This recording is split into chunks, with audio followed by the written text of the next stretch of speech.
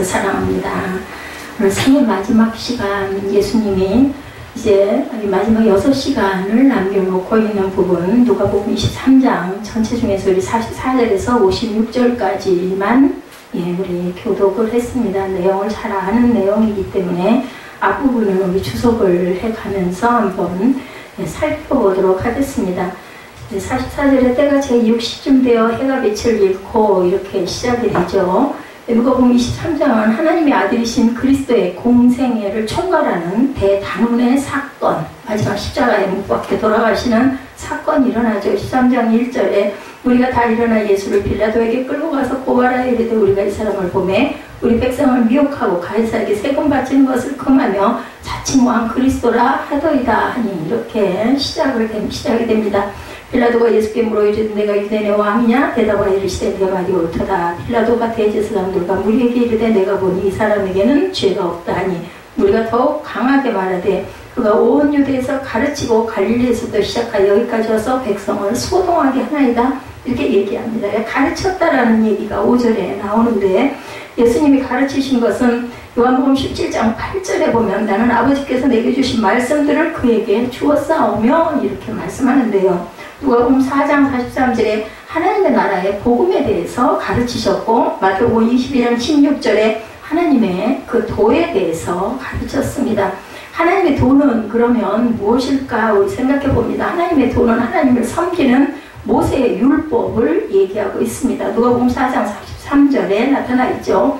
신명기 4장 8절에 율법과 같이 그 규례와 법도 4장 10절에 야훼를 배우게 하며 그 자녀에게 가르치게 하리라 신명기에 이렇게 증거하고 있습니다. 그 외에도 신명기 29장 25절에 세우신 언약, 신명기 32장 46, 7절에 율법의 모든 말씀, 여호수아 1장 8절에 율법 책이다. 이런 것들을 하나님께서 가르치신 것이 여호와의 하나님의 도라고 우리가 얘기하고 있습니다. 그래서 신문 받으시는 그리스도에 대해서 빌라도의 신문을 받으시는 부분이 제가 읽어드린 1절에서 5절까지의 내용이죠. 무리들이 다 일어나 예수님을 로마 총독인 빌라도에게 끌고 갔습니다. 공회의원들이 예수님을 끌고 빌라도에게 간 것은 사형 선고를 받아내기 위해서였죠. 그들은 예수님을 정치적인 죄목 3개를 들어서 고소했습니다. 이들이 고소한 내용은 아까도 얘기했듯이 정치적으로 중범죄에 속한다. 당시 로마 정부가 특히 엄중하게 다스리던 것들이 이 3가지였다. 공회원들의 고소를 받게 된 빌라도는 예수님을 신문합니다. 빌라도는 예수님의 대답을 듣고 그가 무죄하다 죄가 없다라고 본문에서 선언하죠. 그러나 무리는 더욱 굳세게 예수님을 고소합니다. 어려운 문제를 피할 길을 생각했던 빌라도는 갈릴리 사람이라는 말을 듣고는 헤롯에게 예수님을 갈릴리 사람이면 헤롯의 소관이다 하고 보내버립니다. 왜냐하면 머리가 아프니까 골치가 아프니까 백성을 소동하게 한 밀란의 수동자라고 합니다. 누가복음 23장 오늘 본문 5절에 나타나 있죠. 우리가 더욱 강하게 말하되 그가 온 유다에서 가르치고 갈릴리에서 시작하여 여기까지 와서 백성을 소동하게 했다. 이렇게 얘기합니다. 구체적으로 묻고 구체적으로 답합니다. 요한복음 18장 37절에도 보면 빌라도가 이르되 그러면 내가 왕이 아니냐? 예수께서 대답하시되 내 말과 같이 내가 왕이니라. 내가 이를 위하여 태어났으며 이를 위하여 세상에 왔나니 곧 진리에 대하여 증언하려 함이로다. 우리 진리에 속한 자는 내 음성을 듣느니라. 디모데전서 6장 13절에도 이렇게 말씀을 하고 있습니다.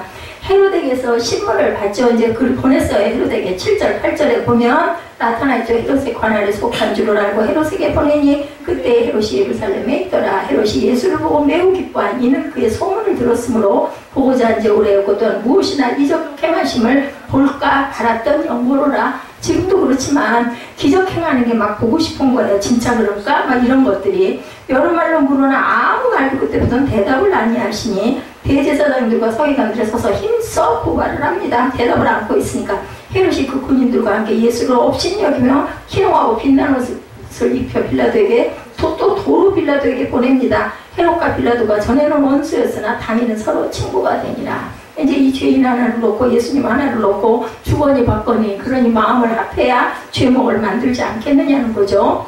헤롯이 예수를 만나서 했던 질문이 어떤 것인지 본문은 밝히고 있지는 않지만 그는 자신과 관계된 몇 가지 문제를 아마 헤롯은 질문했을 것이다. 헤롯의 질문에 대해서 예수님은 대답을 하지 않습니다. 헤롯은 하는 수 없이 빌라도에게 도로 보냈습니다. 9절에서 11절 내용이었죠. 평소 그를 보고 싶었다. 누가복음 9장 9절에도 헤롯이 이르되 요한은 내가 뭘 배웠거늘 이제 이런 일이 들리니 이 사람이 누군가여 그를 보고자 하더라. 오늘 복음 8절의 말씀과 같은 얘기가 누가복음 9장 9절에도 나타납니다. 믿음 없이 표적만 바라는 것은 예수를 시험하는 것이라고 마태복음 16장 1절에 바리새인과 사두개인들이 와서 예수를 시험하여 하늘로부터 오는 표적 보이기를 청하니 이렇게 나타납니다. 누가복음 11장 16절에 12장 54절에도 똑같은 내용이 나타납니다. 그러니 예수께서 그 표적을 보여주었겠습니까? 대답을 안 했겠죠. 그래서 결국은 어떻게 돼서 23, 4절에 사형을 언도하는 빌라도의 모습이 나타나죠. 23, 4절 우리 잠깐 읽어볼까요? 그들이 큰 소리로 제석하여 십자가에 못 박기를 구하니 그들의 소리가 입인지라. 이에 빌라도가 그들을 구하는 대로 하기를 언도하고 나타납니다. 그들이 요구하는 자 곧 밀란과 살인으로 말미암아 오게 갇힌 자를 놓아주고 예수는 넘겨주어 그들의 뜻대로 하게 하려 바라바를 놓아주라고 그래서 결국은 놓아주는 내용이 여기 나타나 있죠. 그는 자신의 심리에 따라 무죄를 선언했지만 공회원들과 백성들은 빌라도의 결정에 수긍하지 않습니다. 빌라도는 대제사장들의 선동 아래 거칠어지고 과격해진 유대인들을 앞에 놓고 정치가에서 결정을 안 할 수가 없었어요. 그는 명절 때 죄수 하나를 풀어주는 전례를 들어서 예수를 석방시키려고 했지만 도리어 백성들은 바라바를 석방하라고 하죠. 그래서 십자가에 못 박으라는 그들의 요구대로 예수께 사형을 언도 군중 심리에 그만 밀리죠. 24절에 분기가 가득하다. 누가복음 6장 11절에 그들은 노기가 가득하여 예수를 어떻게 할까 하고 서로 의논하니라. 예수를 십자가에 못 박히게 합니다. 요한복음 19장 16절에도 이에 예수를 십자가에 못 박도록 그들에게 넘겨주니라. 오늘 25절에 나타났죠. 아까 읽은 대로 사도행전 8장 33절, 마태복음 27장 26절, 마가복음 15장 15절에 같은 내용이 나와 있습니다. 그리스도께서 지신 십자가에 대해서 26절에 얘기하고 있죠. 우리 26절 잠깐 봅니다. 그들이 예수를 끌고 갈 때 시몬이라는 구레네 사람이 시골에서 오는 것을 붙들어 그에게 십자가를 지어 예수를 따르게 하더라.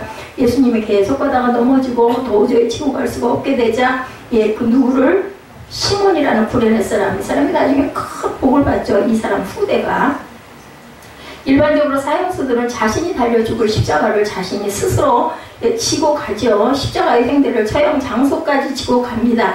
예수께서 십자가를 지고 가시는 것을 너무 힘들어하자 로마 군인들은 예수님 대신에 구레네 시몬에게 억지로 십자가를 지어서 예수를 쫓게 하죠. 예수님은 백성과 슬피 우는 여자들에게 큰 물을 위해 향하여서 나를 위하여 울지 말고 너희 자녀를 위해서 울라. 28절에 그렇게 나타나는 부분이 보이죠. 너희 자녀들을 위해서 울라고 얘기를 하십니다.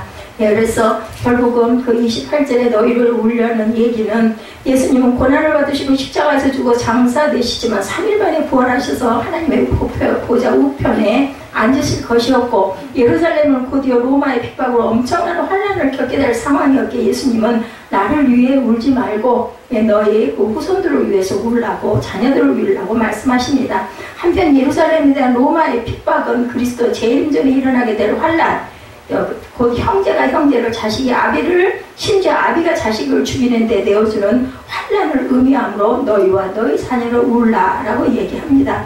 우리가 우리 자녀들이 환난을 이길 수 있도록 우리는 기도해야 되겠다. 그래 보라 날이 이르면 하고 29절에 나타나 있죠.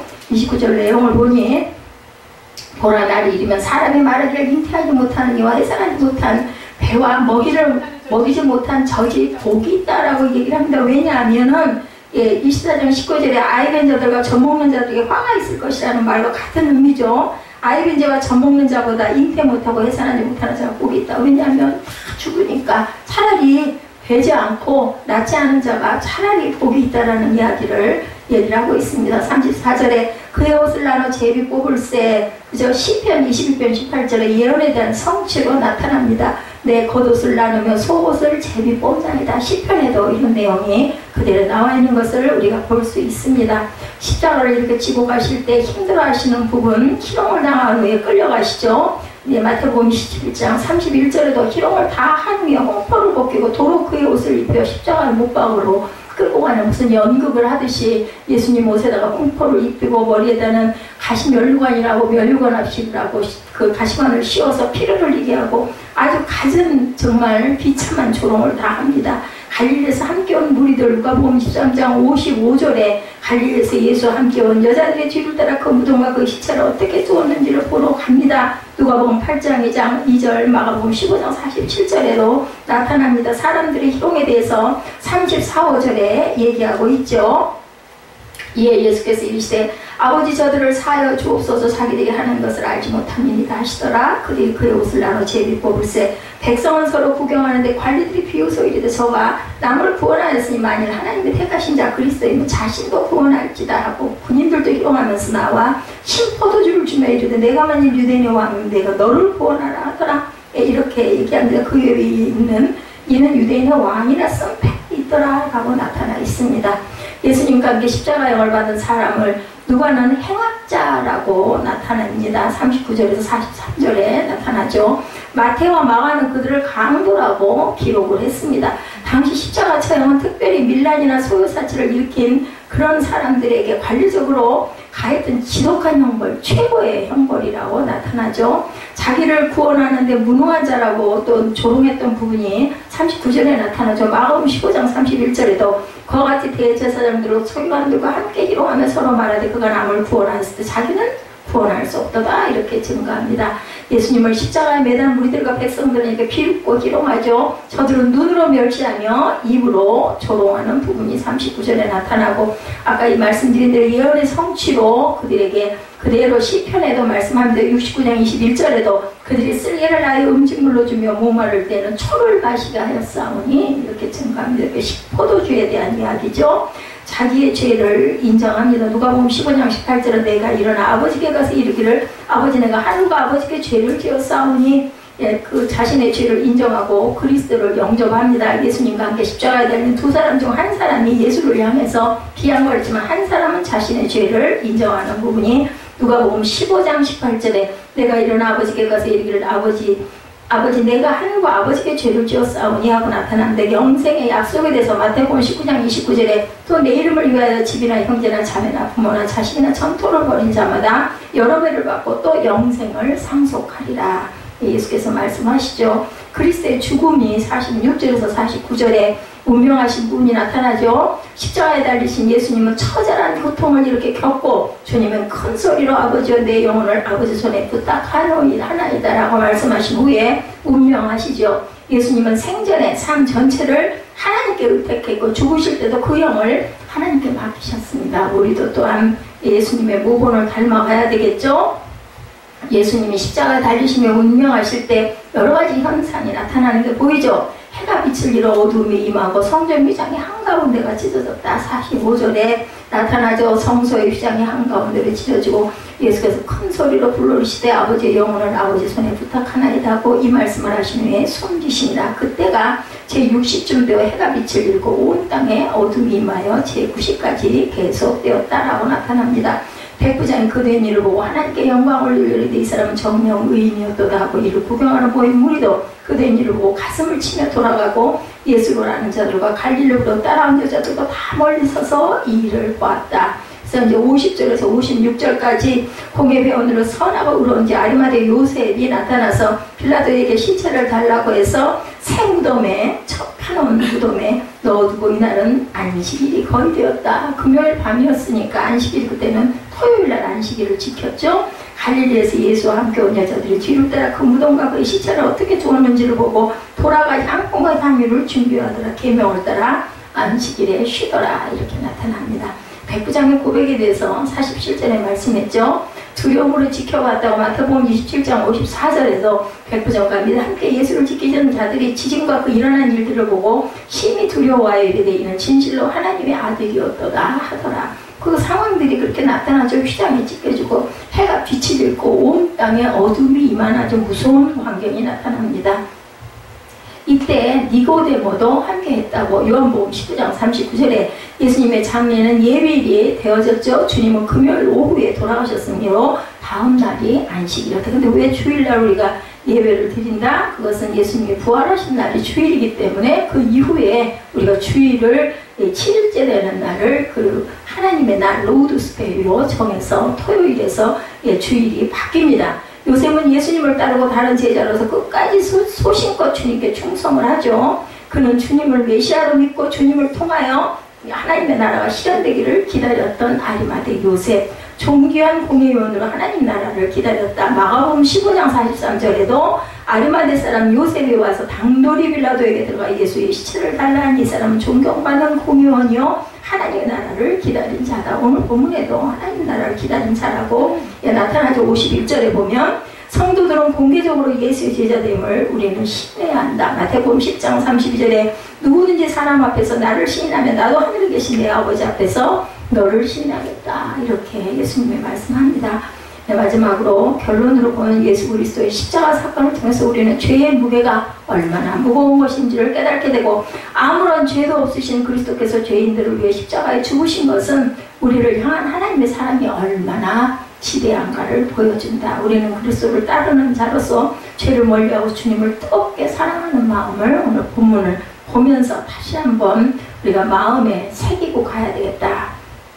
자, 오늘 본문 내용으로 예수님의 마지막 6시간, 생의 마지막 시간이라는 제목이죠. 예, 우리 13장 44절에서 56절을 중심으로 잠깐 살펴봅니다. 자, 어떤 분의 아버님이 소천을 하셨다고 그래요. 임종하실 것 같다는 연락을 받고 병원으로 달려가 침대에 다가보니 눈을 뜨신 채로 입도 여신 채로 이미 돌아가 계셨어요. 그러니까 임종을 지키지 못했어요. 이 아들은 손가락 발가락 어느 것 하나 움직이지 못하시고 눈동자를 원하는 곳으로 돌리지도 못하고 말씀 한마디도 못하시고 아무것도 할 수 없는 것이 바로 죽음이라는 것을 이 사람은 굉장히 가슴을 치면서 깨달았다고 합니다. 그리고 3일 뒤에 재가 돼서 뿌려졌다고 그래요. 이분의 아버지는. 그러나 아버지의 장례를 치르면서 죽음이 무엇인가를 확실하게 깨달았다라고 고백을 합니다. 예, 히스기야 왕에 관한 그런 말씀에도 형제 나라인 북이스라엘인 아수르에게 망한 후에 아수르가 유다 나라까지 공격의 현무로 뭐가 됐다? 사면초가라는 얘기가 나타납니다. 절대적인 위기 상황에서 하나님의 도우심을 간신히 위기를 벗어난 히스기야 왕에게 3일 안에 죽게 될 것이라는 선지자 이사야의 통보가 전해지죠. 그야말로 마른 하늘에 날벼락. 이 죽음이라는 것이 얼마나 무섭고 얼마나 허무하고 얼마나 아무것도 할 수 없는 일이에요. 그저 눈동자 하나도 움직여서 돌릴 수가 없어요. 그리고 어느 순간 어느 시점인지 우리는 아무도 알지 못한다. 그래서 하나님의 손안에 있는 우리의 마지막 순간을 우리가 아름답게 장식하기 위해서는 하나님의 나라를 정말 열심히 사모하고 바라보고 따라야 되겠다는 거죠. 그러니 이 아수르의 힘이 남아있고 아수르보다 강력한 나라인 바벨론의 위협이 점점 커져가고 있고 자신의 뒤를 왕자 하나가 없는 상황. 누구의 이야기예요? 그 히스기야 왕의 이야기를 잠깐 돌이켜보면 나라보다 후계자보다 자신 죽을 것이라는 것 자체가 아마 그는 히스기야 왕 3일 안에 죽을 것이라고 하니까 견딜 수 없는 두려움이고 절망이었을 것 같아요. 저한테 만약에 이런 이야기를 제가 듣게 된다 해도 마찬가지겠죠. 하루하루가 얼마나 무서울까. 저와 여러분이 히스기야처럼 임박한 죽음 앞에 서 있다면 우리는 어떨까 가정에서 봅니다. 애플사의 공동 창립자인 CEO였던 스티븐 잡스는 죽어가면서 다음과 같은 말을 남겼다고 그래요. 나는 사업에서 성공의 최정점에 도달했었다. 다른 사람들 눈에는 내 삶이 성공의 전형으로 보일 것이다. 그러나 나는 이를 떠나서 기쁨이라고는 거의 느끼지 못했다. 지금 이 순간에 병석에 누워있는 나의 지난 삶을 회상해보면 내가 그토록 자랑스럽게 여겼던 주의 갈채와 막대한 부는 임박한 죽음 앞에 빛을 잃었고 그 의미도 상실했다. 이제 깨달은 것은 평생 굶지 않을 정도의 재산이 있다면 돈 버는 일과 상관없이 다른 일에 관심을 가져야 한다는 사실이다. 이렇게 그 스티븐 잡스는 고백을 하고 갔다고 합니다. 그러나 그가 이렇게 말했어도 그는 돈 버는 일과 상관없는 일이 무엇인지를 알지를 못했어요. 생각은 먹을 것만 있다면 다른 일을 왜냐면 하나도 기쁘지 않았기 때문에 설사 알았다고 해도 그것을 할 기회를 알 기회를 얻지 못했습니다. 그래서 우리가 마지막 생의 순간이 있다면 우리는 무엇을 하겠는가라는 생각을 항상 해볼 줄 알아야 되겠다. 지금 죽음과 죽음 앞에 선 사람들의 이야기, 그 이유는 바로 오늘 본문이 예수님의 마지막 6시간의 말씀이기 때문이죠. 우리가 너무나 잘 아는 말씀이고 아버지가 항상 고난주간에 한 번씩은 꼭 이 설교가 들어가는 그런 내용이기도 합니다. 너무 잘 압니다. 특히 예수님의 죽음에 대한 설교를 피하고 싶은 이유는 생각만 해도 가슴이 먹먹하고 눈물이 납니다. 얼마나 고난스러웠을까. 이 아주 완전히 그저 장난감처럼 예수님을 홍포를 입혀가지고 연극을 하듯이 그렇게 아주 그 굉장한 그 정말 뭐라고 말할 수 없는 그런 박해를 하고 나서 다시 또 예수님 옷이었겠어요. 그것을 다시 또 뒤집어 입히는 그런 모습이 본문에 아주 세세하게 나타나 있습니다. 생애 끝에 예수님은 십자가 위에 계시면서도 어떻게 했어요? 구레네 시몬과 함께 십자가를 지고 골고다에 주택하신 예수님은 매번 십자가 가로대 위에 두 팔을 편 채로 누우셨죠. 로마 병사들은 팔의 근육이 이미 굳어버린 예수님의 팔을 억지로 펴고 손바닥 한가운데 굵은 못을 박습니다. 그런 후에 십자가에 매단 위에 양발을 포개고 거기에 또 못을 박. 차라리 그저 감각이 없으면 기절을 해갖고 몰랐으면 얼마나 좋을까. 저는 늘 그런 생각을 합니다. 그런 후에 십자가에 매달며 양발을 포개고 못을 박고 예수님은 그렇게 십자가에 달렸고 양옆에는 또 다른 두 행악자도 같은 모습으로 달리죠. 본문은 이 행악자가 어떤 범죄를 저질렀는지에 대해서는 구체적으로 언급하지는 않습니다. 마태복음 27장 38절과 마가복음 15장 27절에 의하면 강도였다라고만 나타납니다. 아마 살인과 방화 등 저지른 흉악범으로 로마나 유다 어느 쪽으로부터의 동정을 살 수도 없는 중범죄인들, 특별히 그 반란군, 그 정치적으로 아주 용서할 수 없는 그런 자들을 십자가형을 했다고 그래요. 그 시대에는. 십자가에 매달린 예수님은 꼼짝할 수가 없었어요. 예수님한테는 아까 그 뒤집어 씌운 게 가이사의 것을 가이사에게 돌리는 것을 하지 못하겠다 이런 부분들을 1절에서 3절에 보면 나타나죠. 그러니까 물론 정치범으로 몰아붙인 거예요. 예수님은 아버지 저들을 사하여 주옵소서 자기들이 하는 것을 알지 못하나이다. 34절에 이렇게 말씀을 하시면서 자기는 죽이는 자를 용서하시는 기도를 하셨고 아버지께서도 그들을 용서하기를 구하는 기도를 하십니다. 여기서 어떤 기도가 나타나요? 중보 기도의 모습을 여기서 보여주십니다. 이거 십자가 위에 예수님의 모습이셨습니다. 예, 그런데 십자가 아래의 모습은 이와는 너무나 달랐죠. 십자가 위에서 죽어가는 사람들이 평소 어떤 삶을 살았든 죽음이라는 것 자체가 가슴 아픈 거고 그것을 지켜보는 사람들은 어땠어요? 가슴을 쳤다라고 나타나죠.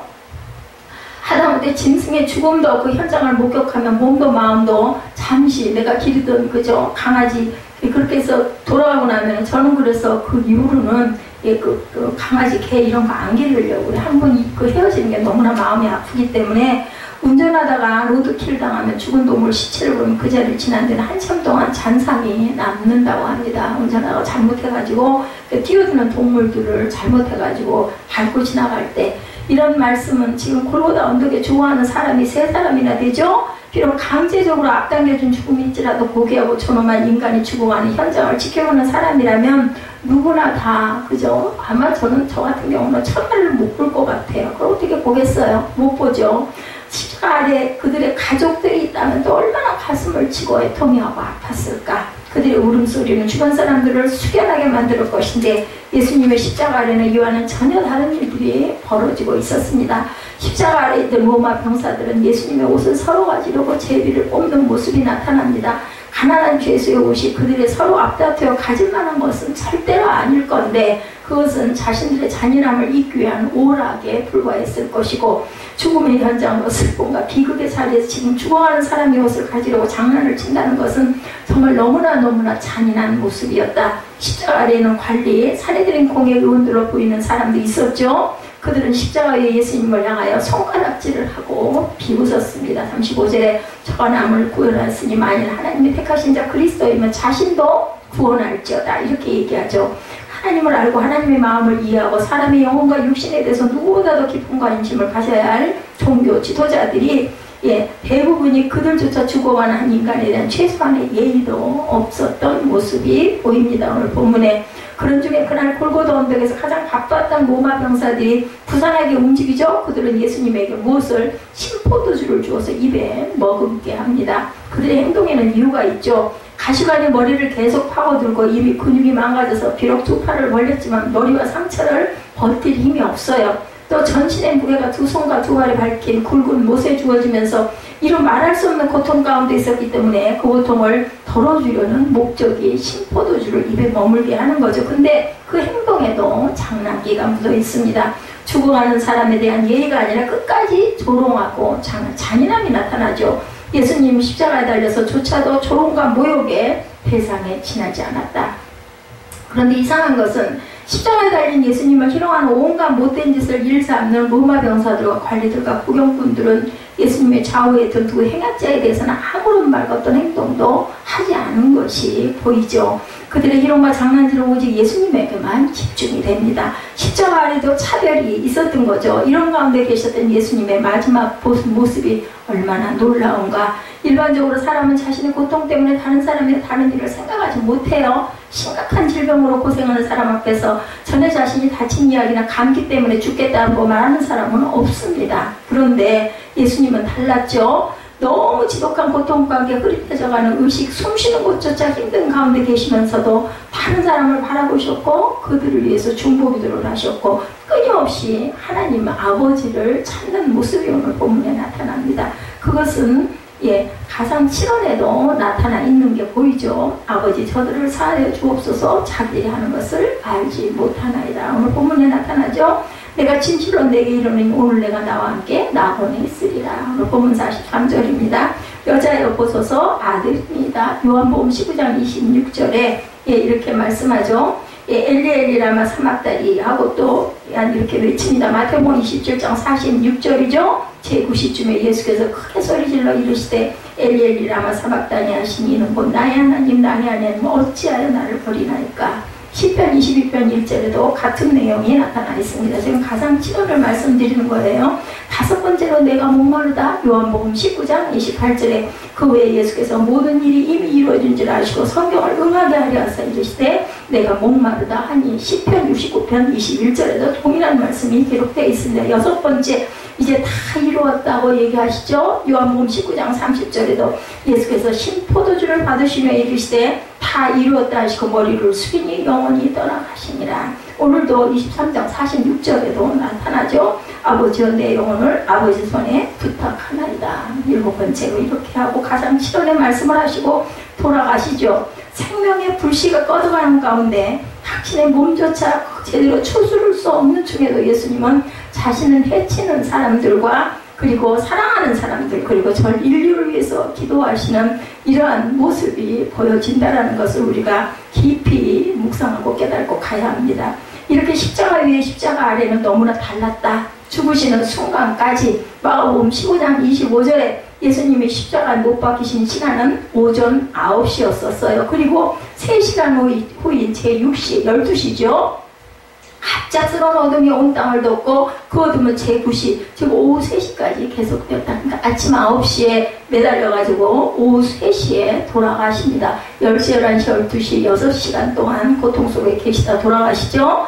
이 갑작스러운 어둠의 의미는 뭘까? 구약성경 아모스 8장 9절에 주 야훼의 말씀이니라 그날에 내가 해를 대낮에 지게 하여 백주의 땅을 깜깜하게 하며 라고 말씀하고 있습니다.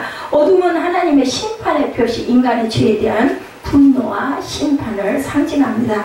그렇다면 예수께서 십자가에 계셨던 시간에 임한 어둠은 죄악으로 가득 찬 성자를 죽이는 세상과 인류를 향한 모습이었을까? 그렇지가 않다. 그 어둠은 예수님을 향한 것이었습니다. 왜 그런가? 예수께서는 우리 모두의 죄악을 담당하심으로 인류의 죄에 대한 저주와 벌이 누구에게? 예수님에게 임하게. 왜? 하나님께서 그렇게 하셨잖아요. 뭔가 대속이 있어야만 우리 인류를 구원하실 수 있는 명분이 있기 때문에 하나님은 어떤 분이기 때문에 공의로운 하나님이기 때문에 아들을 그렇게 십자가에 못 박아 돌아가시게 함으로 인해서 우리 인류를 대속하고 우리가 그 예수를 믿습니다 하면 우리 죄를 사하여 주실 수 있는 명분을 만드신 거죠. 십자가의 날 정오 골고다 언덕을 중심으로 예루살렘 일대에 갑작스럽게 임한 어둠은 죄인에 대한 하나님의 분노가 예수님에게 쏟아진 것입니다. 대신 그죠? 그리고 그 어둠은 죄가 무엇인지 죄의 결과가 무엇인지를 보여주는 상징이 됩니다. 죄의 본질 그리고 죄의 결과인 지옥은 사람이 하나님으로부터 떠나 있는 것을 상징하죠. 따라서 예수님의 임한 어둠은 단순히 빛이 없는 어둠이 아니라 빛이신 하나님이 없는 영적인 어둠이자 심리적인 어둠, 관계적인 어둠, 인간에게 생길 수 있는 모든 어둠을 총괄하는 뜻을 갖고 있습니다. 그렇게 십자가 위에 예수님으로부터 하나님도 떠나셨고 사람들도 떠났고 자연 만물마저 등을 돌립니다. 그리고 예수님은 임종을 하시죠.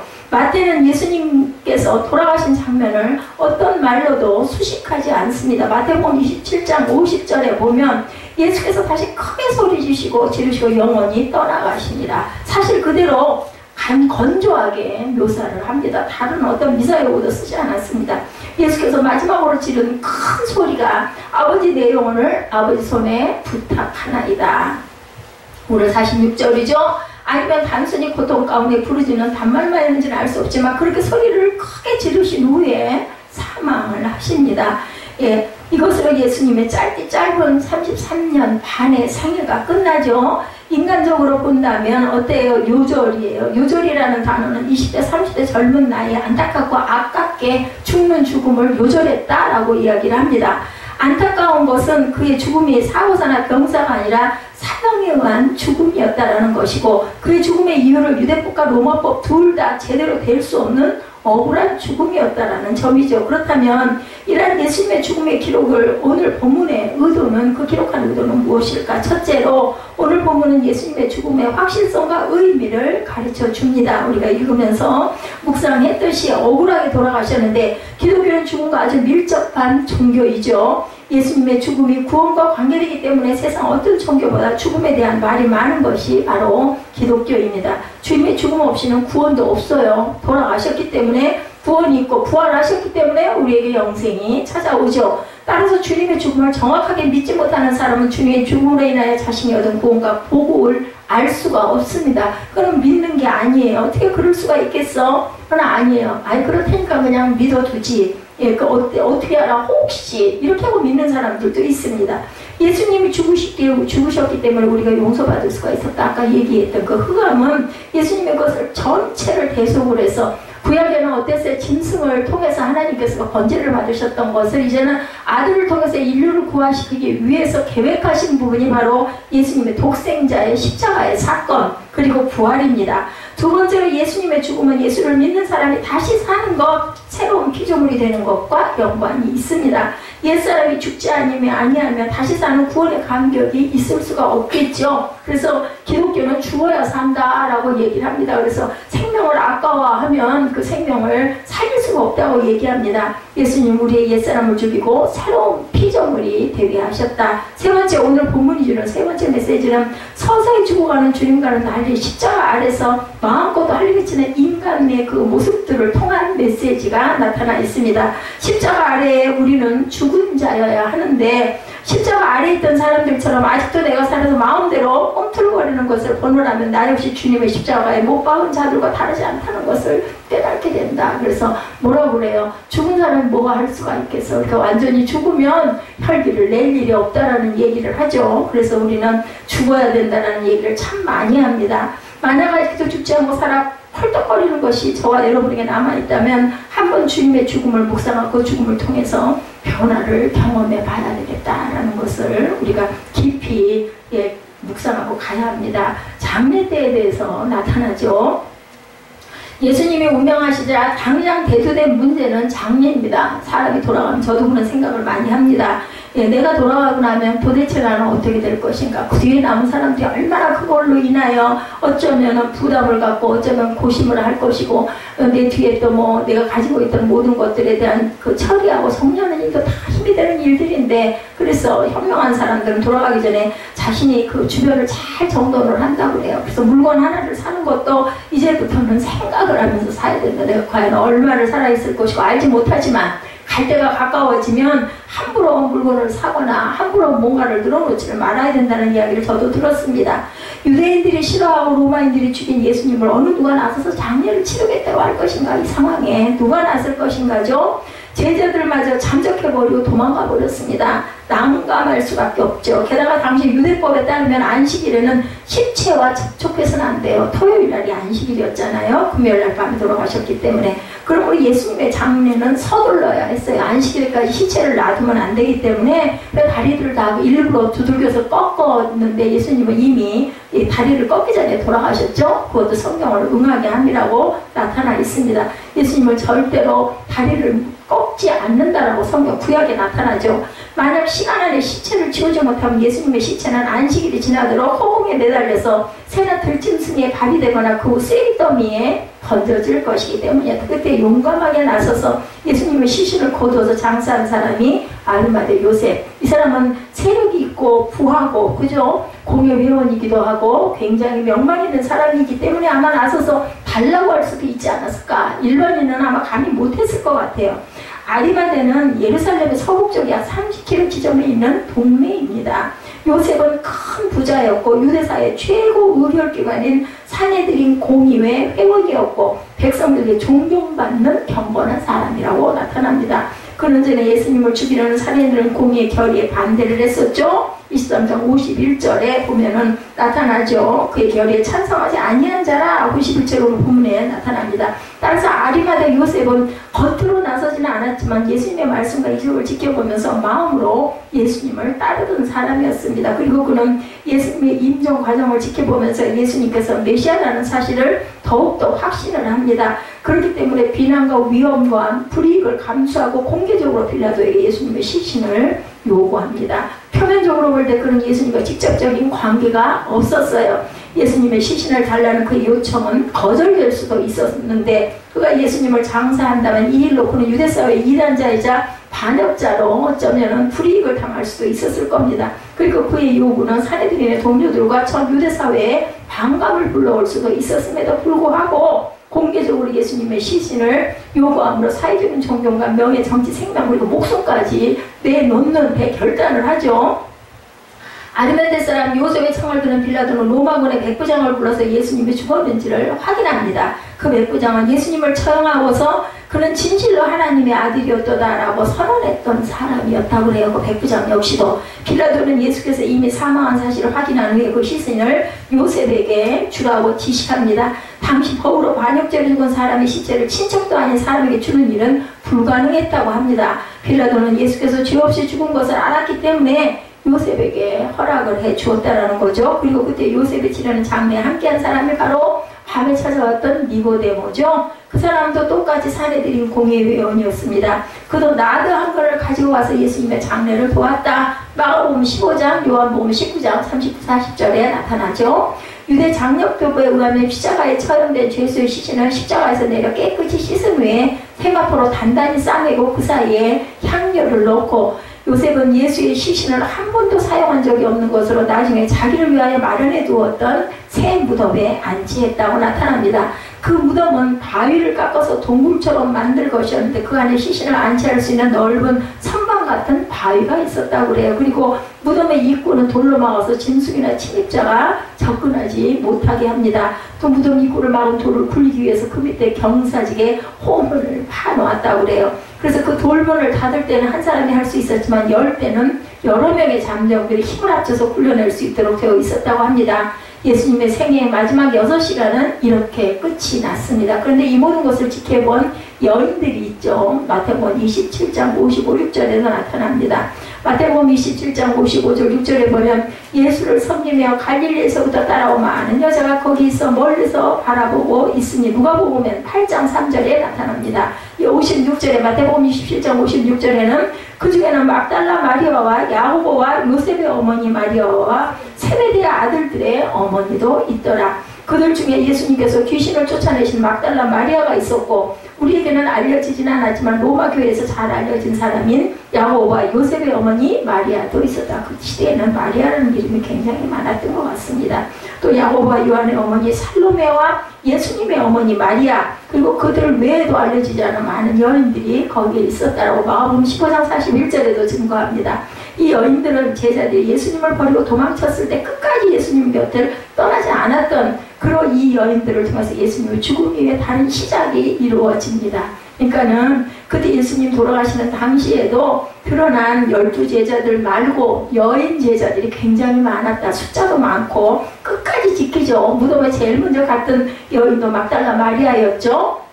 그래서 당신의 마지막 시간을 주님께 드리는 역사가 일어납니다. 미국 어느 대학의 한 심리학 교수가 여름방학을 앞둔 어느 날 그날의 강의 내용을 강의실 앞에 적어놨다고 그래요. If you die in 3 days later 예, 이렇게나 써놨다고 하는데, 만일 당신이 3일 후에 죽는다면, 아까 제가 서두에도 그 말씀을 했죠. 그리고 학생들에게 얘기했다고 그래요. 만일 여러분이 3일 후에 죽게 된다면 당장 하고 싶은 일이 뭔지 생각해 보세요. 그래서 학생들은 저마다 하고 싶은 일을 떠올리며 웅성거립니다. 그때 교수는 그 중에서 단 3가지만 말해보세요 라면서 일일이 학생들에게 질문을 했다고 합니다. 한 학생은 일단 부모님에게 전화하고 사랑하는 연인이랑 여행 가고 작년에 싸워서 연락이 끊어진 친구에게 편지를 쓰고 이렇게 얘기를 했다고 해요. 그러다 보면 사흘이 지나가겠죠 라고 대답을 했다고 합니다. 또 다른 학생은 부모님과 마지막 여행을 가고 싶어요. 그 다음엔 꼭 한번 가보고 싶었던 고급 레스토랑에서 비싼 음식을 먹겠습니다. 그리고 거기서 그동안의 삶을 정리하는 마지막 일기를 쓰겠습니다 라고 대답했다고 합니다. 그렇게 학생들이 저마다 하고 싶은 일을 말하자 그것을 다 들은 교수는 딱 한마디를 했다고 합니다. Do it now. 바로 지금 해라. 죽음이 눈앞에 닥칠 때까지 미루지 말고 지금 당장 그 모든 일을 실천하면서 살라는 그런 뜻이었겠죠. 어떤 사람에게 나중은 절대로 오지 않을 수도 있습니다. 그러자 어수선한 가미씨는 찬물을 끼얹는들 조용했다고 그래요. 어느 분이 이렇게 말했다고 합니다. 오늘이 내 인생의 마지막 시간이라면 나는 나에게 사람들을 사랑했느냐고 묻겠습니다. 서슴없이 사랑하며 사랑노라고 말할 수 있으면 좋겠습니다 라고 대답을 했다고 합니다. 오늘이 내 인생의 마지막 시간이라면 나는 나에게 열심히 살았느냐고 묻겠습니다. 망설임 없이 말할 수 있도록 지금을, 오늘을 열심히 살겠습니다. 학생들의 대답입니다. 오늘이 내 인생의 마지막 시간이라면 내가 다른 사람들에게 상처 준 일이 없었는가 하고 묻겠습니다. 서슴없이 대답할 수 있도록 상처 주지 않고 살겠습니다. 오늘이 내 인생의 마지막의 시간이라면 이웃과 가정에 부끄러운 것이 없었느냐고 묻겠습니다. 환한 얼굴로 기쁘게 대답하기 위해서 주님이 주신 사랑의 힘으로 가정을 아름답게 꾸미도록 노력하겠습니다. 오늘 내 인생의 마지막 시간이라면 나는 나에게 이웃과 교회와 사회에 무엇을 했느냐고 묻겠습니다. 이웃에게 관심을 가졌고 사랑으로 살아왔노라고 말할 수 있도록 살겠습니다. 오늘 내 인생의 마지막 시간이라면 나는 나에게 성령의 9가지 열매를 얼마나 맺었으며 얼마나 예수님처럼 살았느냐고 묻겠습니다. 자랑스럽게 마음과 생각과 뜻을 다하여 주님의 말씀대로 살았고 가장 작은 사람에게 주신 주님의 사랑을 주었노라고 대답할 수 있도록 노력하겠습니다. 저와 여러분의 생애 마지막 시간을 우리는 어떻게 대답할까? 예수님은 죄인을 위해서, 저와 여러분을 위해서 끝까지 자기 자신을 마지막 한 방울의 피까지 다 태우고 돌아가셨습니다. 가장 극단적인 상황 그리고 불안정하고 모든 인간이 본능으로 돌아가는 그 시간까지 사랑으로 다른 사람을 향하고 계셨던 예수님의 모습과 마음, 우리는 우리의 남은 생애를 얼마인지 아무도 알지 못해요. 예, 젊은 여러분들이나 나이가 든 나나 저보다 더 많은 나이가 드신 분들이나 아직 어린 아이들이나 아무도 모릅니다. 뭐 순서가 없다고 그러죠. 올 때는 순서가 있었지만 갈 때는 순서가 없었다고 합니다. 남은 시간이 며칠일지, 몇 달일지, 몇 년일지, 몇십 년일지 아무도 모릅니다. 그렇기 때문에 지금 이 시간 저와 여러분의 가장 소중한 이것이 지금 저와 여러분의 마지막 시간일 수 있다는 것을 항상 생각할 줄 알아야 되겠다. 그리고 바로 지금이 그 사람의 마지막 시간일 수도 있겠죠. 내가 그 사람과 함께 할 마지막 시간, 내가 그 사람에게 사랑한다 말할 수 있는 마지막 시간일 수도 있고 지금 주님을 위한 사랑과 헌신을 할 수 있는 마지막 순간일 수도 있다는 것, 가족과 친구와 이웃과 동료를 어떻게 사랑할지 그 답을 찾아서 오늘부터 실천해 나가는, 늦었을 때가 바로 이른 때라고 하죠. 지금 지금을 잘 사용하시는 그런 마지막 생에 알차고 귀한 복된 주님의 모습을 닮아가는 저와 여러분이 되시기를 주님의 이름으로 축복합니다.